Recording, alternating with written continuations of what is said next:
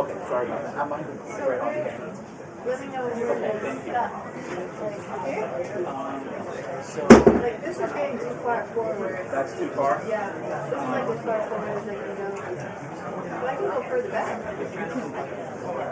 That's good. If you can do that. Yeah. Is that okay? Yeah. Okay. Does that work for you? Thank you. Thank you. Does that work? Yep. I just didn't know if you were going to do so. Okay, so I'll make sure when she talks I'll get way back too.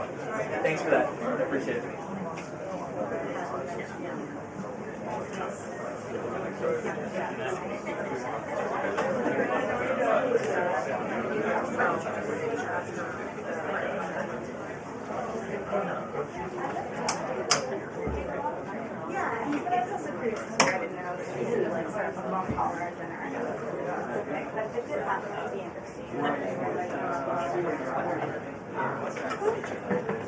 Well, yeah, or just even in like the 4 years between the terms.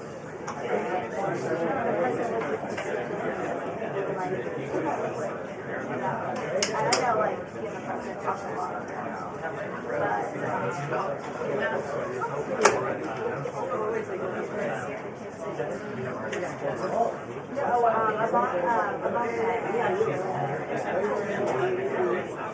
I think she's also doing it. I'm the child.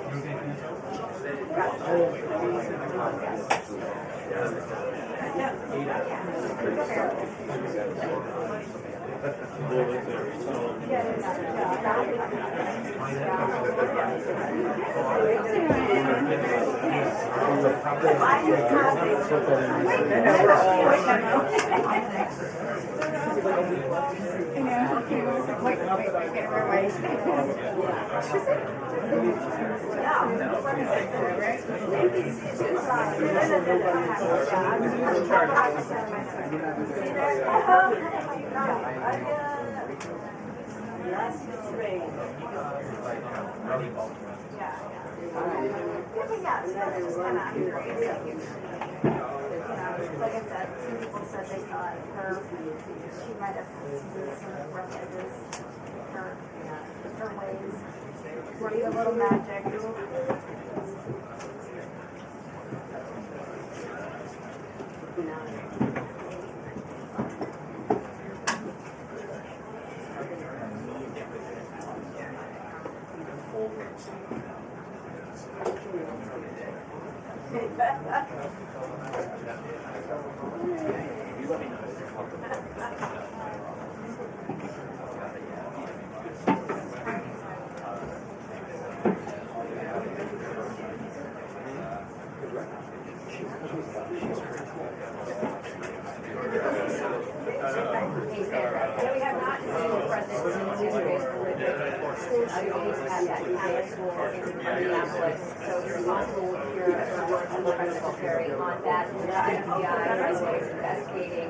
As an act of domestic terrorism and also hate crime targeting Catholics. I also hear a response to the arrest that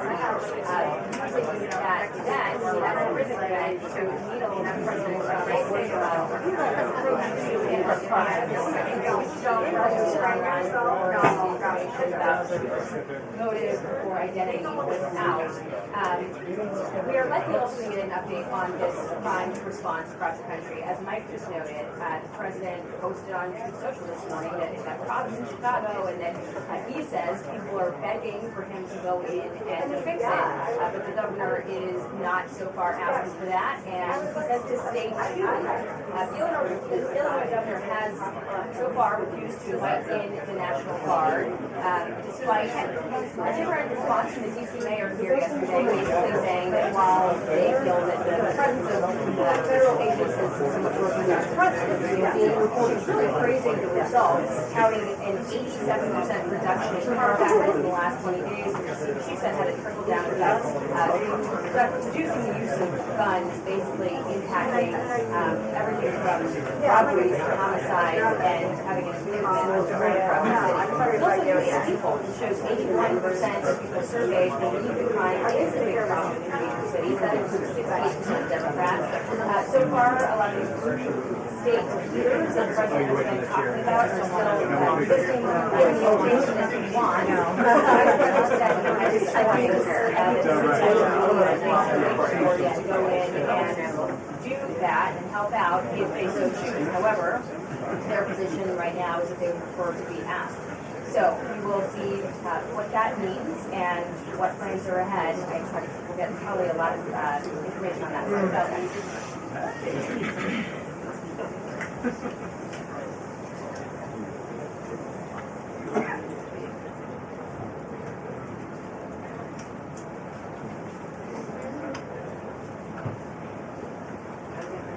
I'm clearing myself. You're going to clear yourself too. Tell him. Support that. Gotta go. We know you're in charge here. Show control of your boss. Yeah.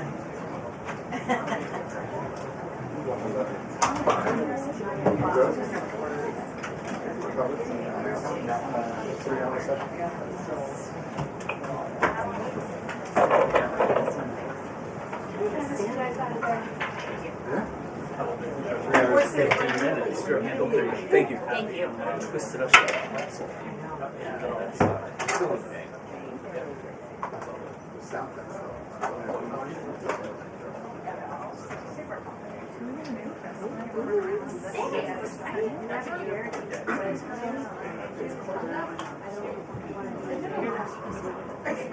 I'm doing the summer boot.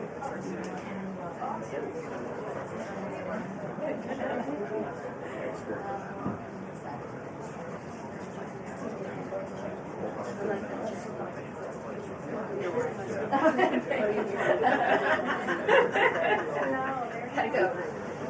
Here's what it is.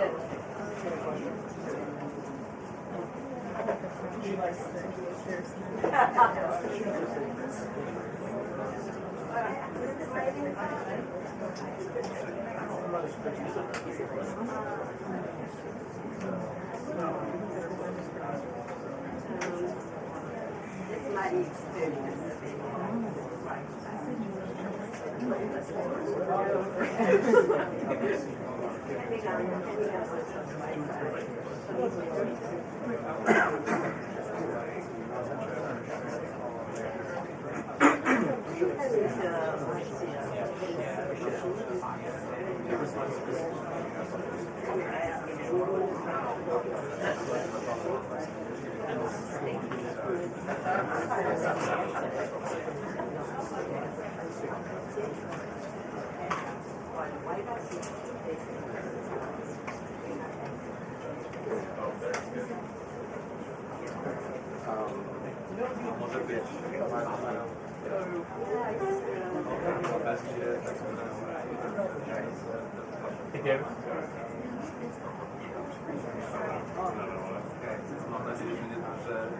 Mam nadzieję, że nie trzeciego roku.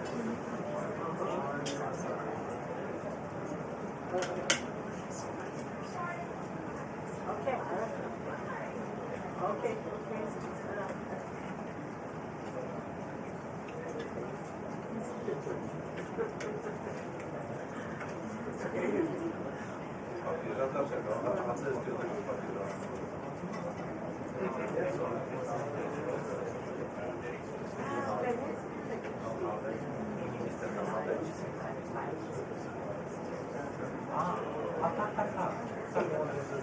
Jest zaraz trzecie, tak.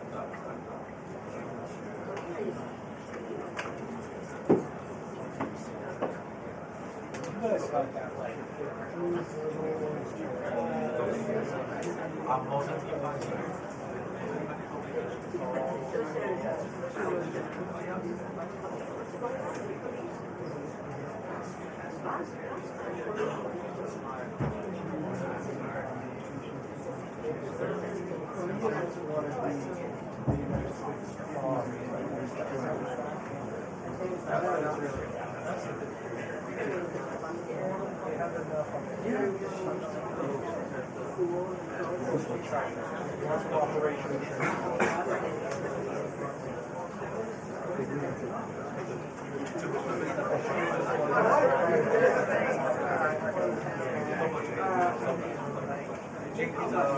I know there's a rich history.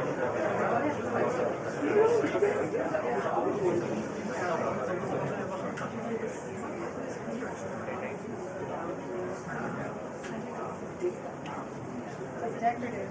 It seems like it looks like or something. I looked at it.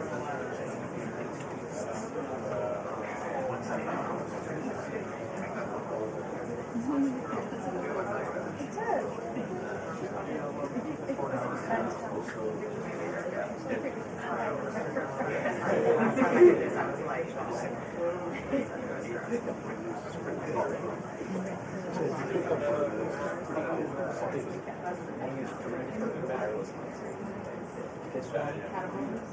Flawless.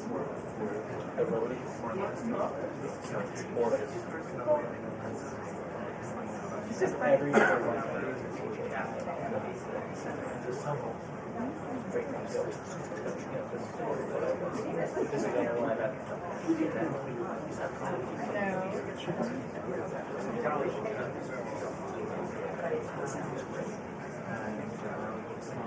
you ever try to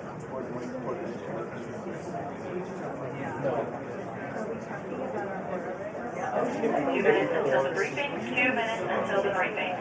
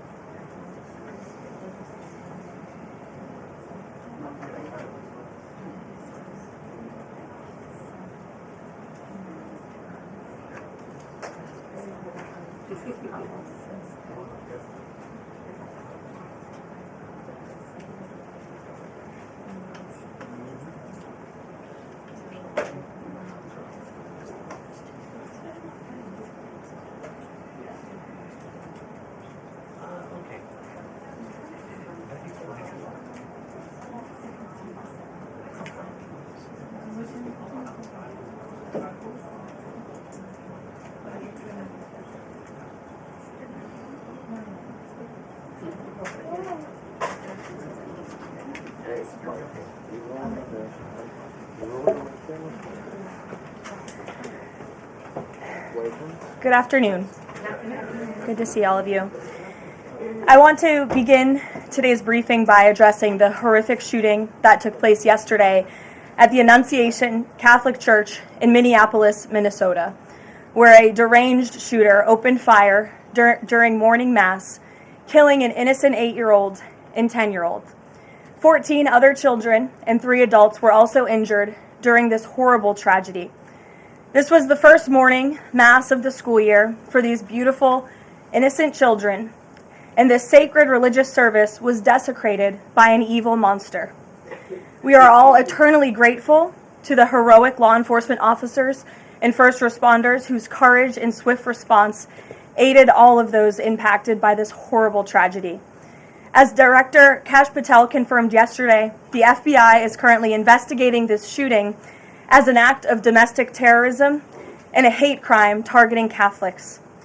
President Trump signed a proclamation yesterday following his call with the governor of Minnesota, Tim Walz, acknowledging the victims and their families and directing flags to be flown at half-mast.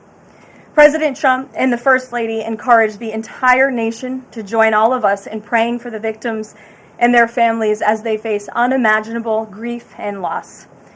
The White House and the FBI will continue to provide further updates as they become available. I also have a quick scheduling announcement for you today. The President will travel to New York City on September 22nd to address the United Nations General Assembly on Tuesday, September 23rd. On another matter, as Americans make their Labor Day weekend travel plans, they will be able to enjoy 5-year low gas prices thanks to President Trump fully unleashing American energy dominance. President Trump ended Joe Biden's Green New Scam policies and is delivering on his promise to make America affordable again. These savings at the pump are giving everyday American families more room in their budgets at the end of each month, which is the exact opposite of what we saw under the previous administration. And as we commemorate Labor Day this year, we finally have a president who fights and delivers for the American worker every single day. President Trump believes that American workers are the heart and soul of our economy and our national identity, which is why he's championed an agenda that puts them first always. For decades, the hardworking men and women of our country who built the greatest nation in world history were sold out by selfish, greedy, short-sighted globalists who put our country on a path to economic and cultural ruin. They hollowed out our factories and towns and betrayed the American working class by shipping jobs overseas and importing millions of low-wage migrants to replace American workers. Under President Trump, this national disgrace is over. American workers are, once again, being put at the center of national trade policy, and the dignity of American labor is being defended. As a result, President Trump has already brought in nearly $10 trillion in new private and foreign investments so that the top businesses in the world can create high-paying jobs in America and hire American workers to fill them. In fact, since President Trump took office, the economy has added more than 500,000 new jobs to the workforce. In a stark reversal from the Biden administration, all of that job creation has been driven by private sector growth, and all employment gains have gone to native-born Americans. Wages for blue-collar workers are now rising at the fastest rate in the past 60 years. And the average American worker has already seen a $500 wage increase this year alone. Thanks to the largest middle tax cuts ever signed into law by President Trump, with no tax on tips, no tax on overtime, no tax on Social Security, Americans in all 50 states will keep more of their hard-earned money. The average American taxpayer will see a tax cut of nearly $4,000 because of these pro-growth provisions, according to analysis from the Nonpartisan Tax Foundation. In other news, President Trump continues to deliver on his promise to restore law and order to our nation's capital. Since President Trump's intervention, there have been more than 1,283 arrests right here in the District of Columbia. Total crime in D.C. is down 19%, and violent crime is down 30%. Carjackings in the district are down 67%. Homicides are down 57%. Robberies are down 40%. Motor vehicle thefts are down 32%. And assaults with dangerous weapons are down 23%. And property crime is down 18%. These numbers prove the president's bold actions to make D.C. safe and beautiful again are working, just like he said they would. And that's why on Monday, the president took additional action to sign an executive order taking steps to ensure that cashless bail in Washington, D.C. is eliminated. For too long, D.C.'s reckless cashless bail policies have allowed dangerous criminals to be quickly released, which endangers everyone who lives in and visits our wonderful capital. No cash bail has also foolishly forced law enforcement to repeatedly arrest the same offenders over and over again, only for them to be released back into our nation's capital. This is the definition of insanity, and the president is seeking to end it. He also signed a separate executive order addressing the crime emergency in D.C. by instructing the National Park Service to hire additional United States Park Police officers to support public safety, and directing the U.S. Attorney's Office for D.C. to hire additional prosecutors to focus solely on violent and property crimes.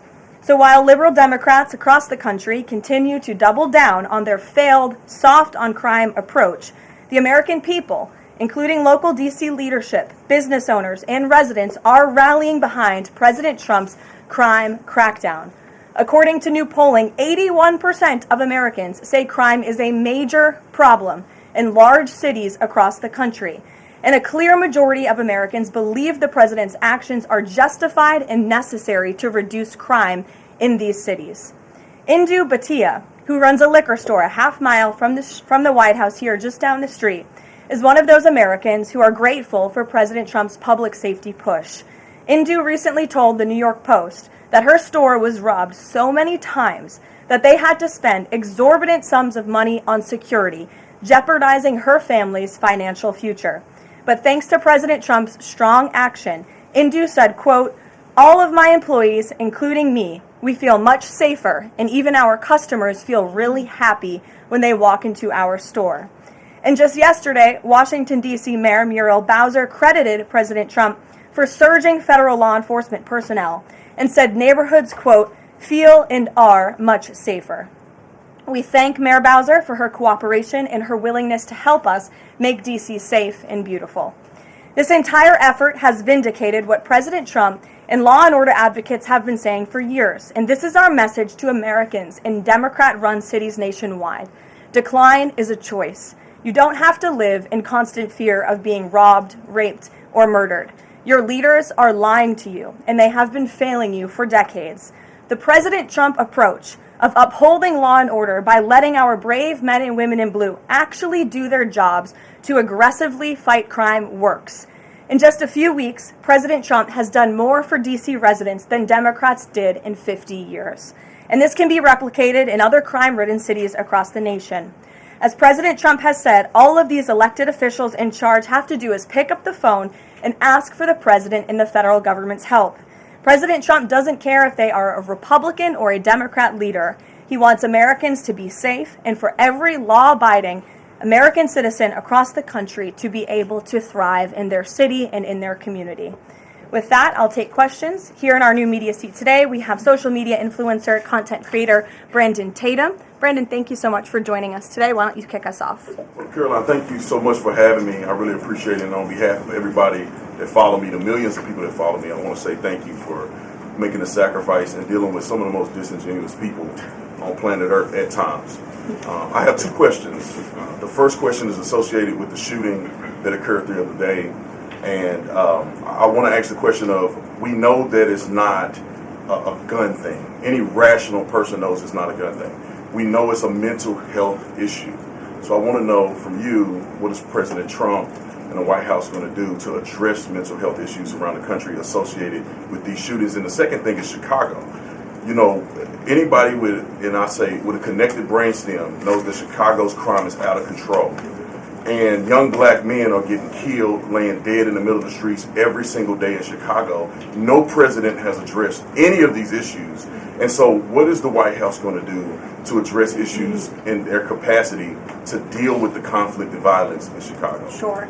Well, to your first question about this shooting in Minnesota, right now, the administration is focused on helping the people of Minnesota. It's been less than a day, of course, since this tragedy happened. We have federal law enforcement on the ground assisting local law enforcement. This investigation is ongoing. There's still a lot of facts to understand about these circumstances. And so we're going to continue to do that. As for Chicago and cracking down on crime, it is a priority of this administration to ensure that American cities are safe again. And I'm so glad that you brought up the crime in Chicago, because we've been seeing the governor of Illinois parading out there saying that there's nothing wrong with Chicago. It's a great place to live. There's no crime there. He doesn't need President Trump's help. Well, I think the residents of Chicago beg to differ, and the statistics beg to differ. And I'll just share a few of those statistics with all of you. For 13 consecutive years, Chicago has had the most murders of any U.S. city. This is J.B. Pritzker's legacy, by the way. For 7 consecutive years, Chicago has had the highest murder rate among U.S. cities with more than 1 million people.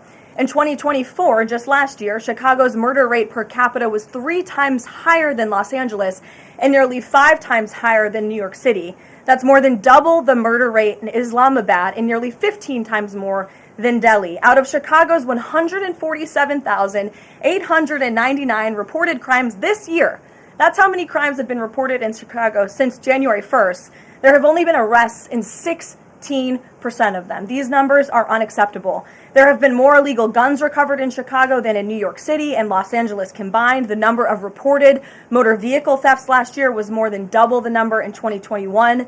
And Chicago has also, just like D.C., come under scrutiny over discrepancies in its homicide data reporting. So as bad as these numbers are, perhaps they are even worse. And this is Governor Pritzker's legacy. He should put politics aside. He should pick up the phone and call this president, who would be more than happy to do right by law-abiding American residents in the city of Chicago, and we hope that he will. Gabe, and thanks for being here, Brandon. Gabe. Karoline, thank you so much. First on the firing of the CDC director. First, sure. Who will replace her? And then also, overnight the White House said that she did not align with the president's agenda. Dr. Menard's attorney say that she refused to rubber stamp unscientific, reckless directives and fire dedicated health experts. What specifically did she do wrong? Look, what I will say about this individual is that her lawyer's statement made it abundantly clear themselves that she was not aligned with the president's mission to make America healthy again. And the secretary asked her to resign. She said she would, and then she said she wouldn't, so the president fired her, which he has every right to do. It was President Trump who was overwhelmingly reelected on November 5th. This woman has never received a vote in her life, and the president has the authority to fire those who are not aligned with his mission. A new replacement will be announced by either the president or the secretary very soon. And the president and Secretary Kennedy are committed to restoring trust and transparency and credibility to the CDC by ensuring their leadership and their decisions are more public-facing, more accountable, strengthening our public health system, and restoring it to its core mission of protecting Americans from communicable diseases, investing in innovation to prevent, detect, and respond to future threats. That's the mission of the CDC, and we're going to make sure that folks that are in positions of leadership there are aligned with that mission. And briefly on another topic, alligator Alcatraz. Last week, a judge on an environmental concerns lawsuit said that the administration had 60 days to wind down operations there, state officials did.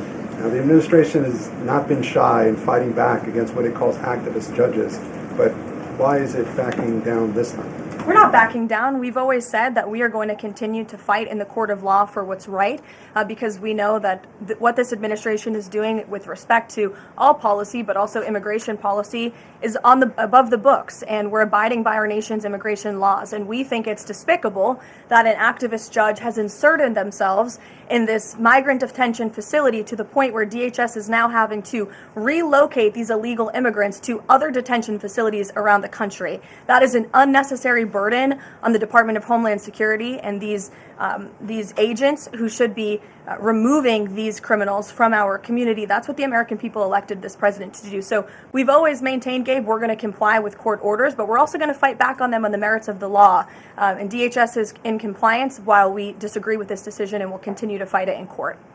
Let's go to... Hey, go ahead. Thanks so much. So just following up on the CDC firing. Sure. Are you anticipating other changes there at CDC in addition to that firing? And is the administration going through in a very sort of organized fashion? Is there a task force that's going through high-level appointees to see who is or isn't aligned with the mission? Like, should we expect more or changes? Not to my knowledge. I understand there were a few other individuals who resigned after the firing of Ms. Monarez. One of those individuals wrote in his departure statement that he identifies pregnant women as pregnant people. So that's not someone who we want in this administration anyway. So if people are not aligned with the president's vision and the secretary's vision to make our country healthy again, then we will gladly show them the door. Karoline, can I just Go to the back. Thank you, Karoline. Go behind you, Andrew. Go ahead. Oh, thank you, Karoline. The military deployment that President Trump has sent to the Caribbean Sea close to the shores with Venezuela is massive. It's much more that is needed to simply counter narcotics operations. Is President Trump considering launching military strikes to military installments or facilities in Venezuelan soil? I won't get ahead of the president with respect to any military action or questions about that ever. But what I will tell you is that many Caribbean nations and many nations in the region have applauded the administration's counter-drug operations and efforts, and the president is prepared to use every element of American power to stop drugs from flooding into our country and to bring those responsible to justice. And as I've said from this podium before, the Maduro regime is not the legitimate government of Venezuela. It is a narco-terror cartel. Maduro is not a legitimate president. He is a fugitive head of this drug cartel. He has been indicted in the United States for trafficking drugs into our country, and it is the utmost responsibility of this president and this administration to prevent the illicit flow of drugs into our country and to protect citizens from those deadly poisons. Reagan. Thanks, Caroline. I have two questions for you. Sure. Democrats, including former White House Press Secretary Jen Psaki and Minneapolis Mayor Jacob Frey, attacked prayer and pushed gun control in the aftermath of yesterday's shooting. What's the White House's response to their comments? Yes, I saw the comments of my predecessor, Ms. Psaki, and frankly, I think they're incredibly insensitive and disrespectful to the tens of millions of Americans of faith across this country who believe in the power of prayer, who believe that prayer works, and who believe that in a time of mourning like this, when beautiful young children were killed while praying in a church, it's utterly disrespectful to deride the power of prayer in this country, and it's disrespectful to the millions of Americans of faith. And I would encourage Ms. Psaki to pray for these families themselves who need it right now more than ever. My second question for you is that there have been media outlets who have glazed over the fact that the shooter was confused in their gender identity. Does the administration believe that this element needs to be investigated in the shooting? All of the elements are being investigated in the shooting, absolutely. Which is why part of the reason the FBI director came out and immediately confirmed that facet of the investigation. John. Thanks a lot, Caroline. Two questions on two separate issues. First of all, the drone and missile strikes that took place overnight in Ukraine.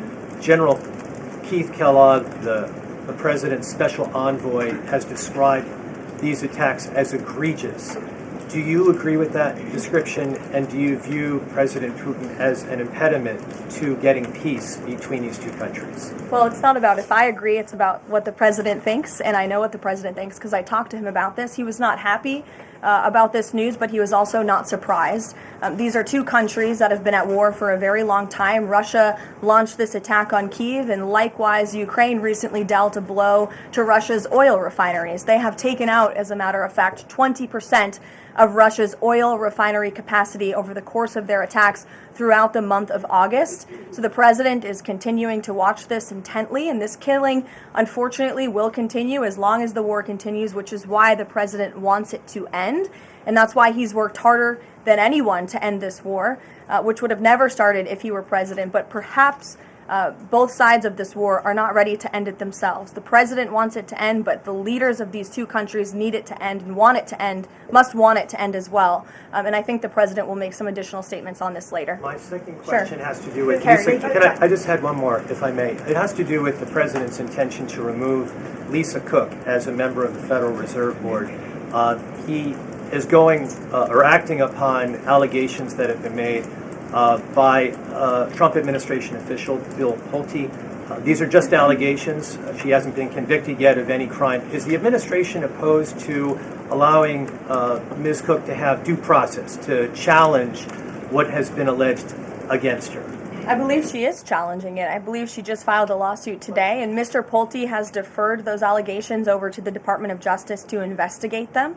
What I will say is that you had these mortgage receipts very clearly shown to the president, and he has the cause that he needs to fire this individual. He laid it out in the letter that he provided to her and to the public as well. And so we'll continue to fight this battle. Carrie. Hi, Caroline. So the president just announced that he wants to have a convention right before the midterms next year. The DNC has countered that they too want to have a convention right before the midterms as well. What's the White House's response to that? And can you give us just a little bit of a hint or a tease here as to how the president envisions a convention for the midterms? Look, the president put out a statement on this earlier today. I'll let him speak further on the plans that he envisions, but I think he's very proud of the accomplishments and the achievements of his administration, as he should be.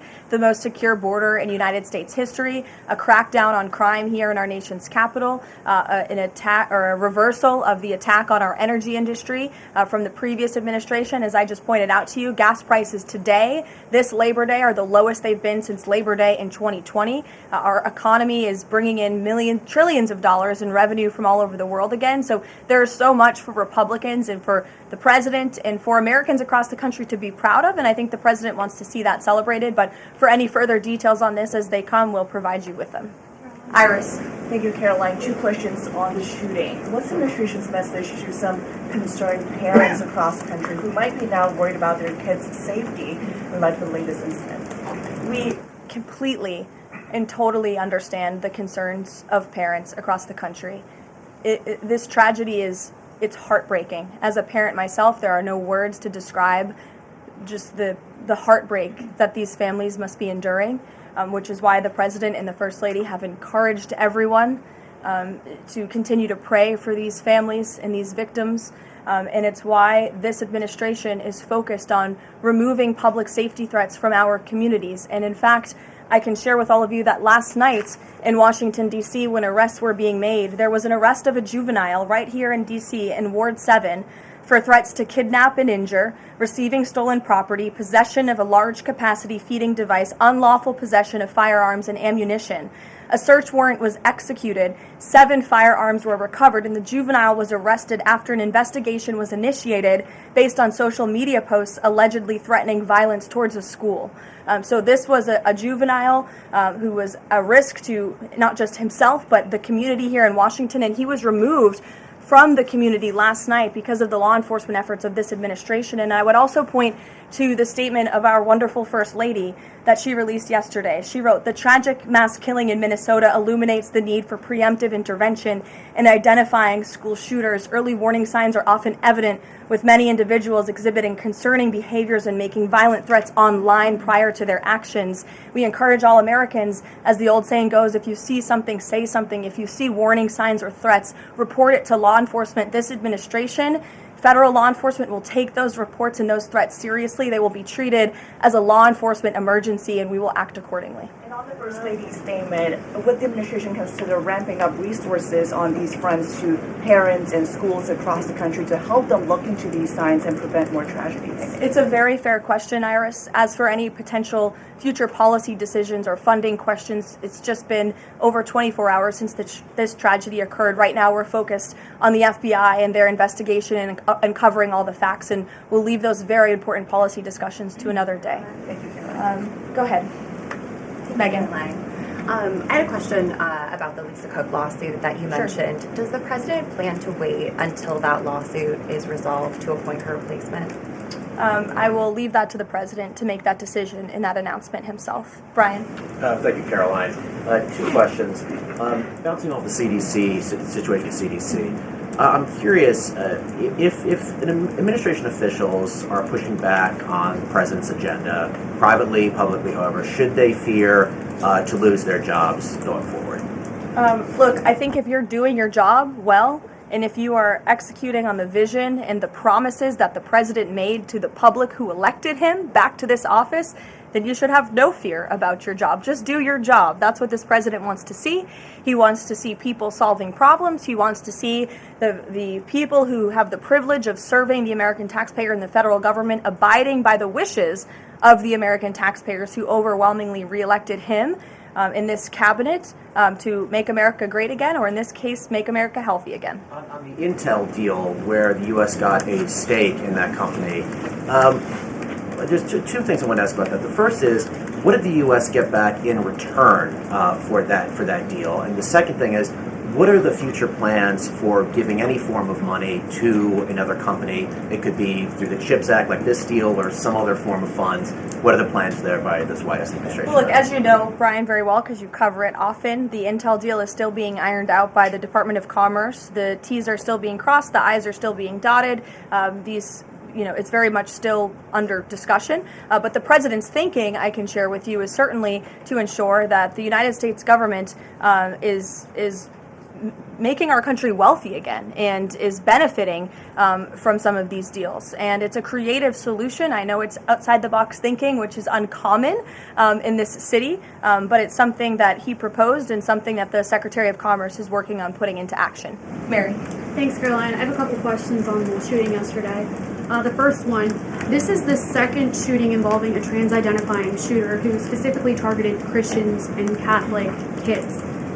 What kind of consequences do the gender-affirming therapists, doctors, or even the parents of these shooters face after these types of shootings?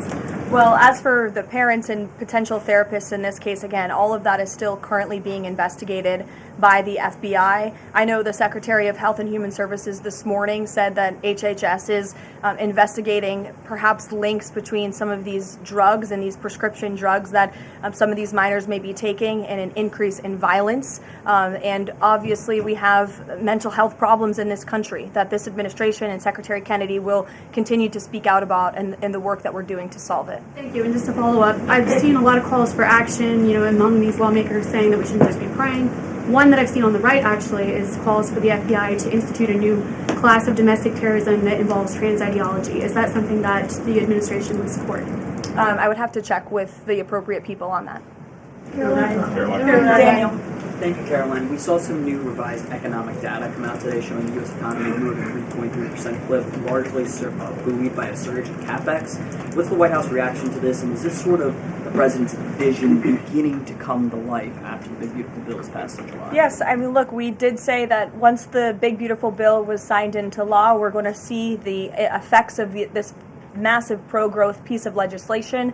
As I laid out for you as we head into the Labor Day weekend, there's many positive economic indicators that the American people can be hopeful about. But don't forget, we are reversing 4 years of reckless spending from the previous administration, of slamming regulations down the throats of American business owners and consumers across the country. But the administration is working very hard to unravel all of that and to ensure that small business owners and workers are thriving and that they have more money in their own pockets to spend.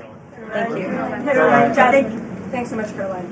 Back on the CDC, there was reporting that some of the initial problems between RFK and the CDC director stemmed from miscommunications or differences on vaccine policy. So I wonder if you could just say whether or not the president believes that the COVID vaccine should be available to and covered by insurance for all Americans, regardless of age and pre-existing conditions. What I will tell you is that the FDA recently revoked the emergency use authorizations for 3 COVID vaccinations while simultaneously greenlighting 4 new COVID-19 vaccines with 2025 and 2026 formulas. The reason for the revocation of that emergency use authorization is because obviously the COVID pandemic and the public health emergency is over. But just to correct the record, because there's been a lot of misinformation on this, the FDA's decision does not affect the availability of COVID vaccines for Americans who want them. We believe in individual choice. That's a promise both the president and the secretary have made, and it's a promise they have now delivered on. Question, if I could, Caroline. Second question, if I could. Sorry. I wonder if you could answer why the president hasn't acknowledged the shooting at CDC headquarters that took place earlier in August, where a police officer was killed, and it was reported that the motivation for the shooting was somebody who was really unhappy with the effects of the COVID vaccine. We absolutely were very much aware of that shooting. The Secretary of Health and Human Services put out a statement immediately. He was in touch with the CDC, and he actually traveled to Georgia to assess the situation and to mourn with the people who work in that building there. So, Karoline, go ahead. With respect to Labor Day, one of the most underrepresented groups right now are police officers. 30,000 police officers short in America right now. To Brandon's question, 1,300 short in Chicago, 3,000 short in New York, 500 short here in Washington, D.C. What can the White House, what can the President do to help recruitment of police officers? You've done well with the military and Border Patrol. What can be done to get more police officers on the streets of America? Well, the president has certainly been very successful in recruiting federal law enforcement. If you look at the ICE recruitment campaign that was led by he and our Secretary of Homeland Security, we've seen more than, I believe, 130,000 applicants to join ICE, which is just amazing.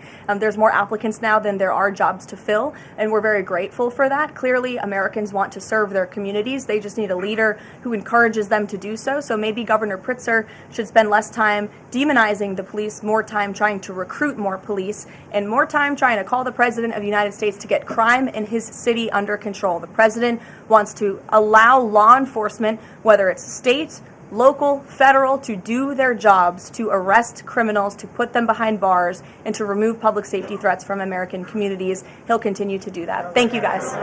Thank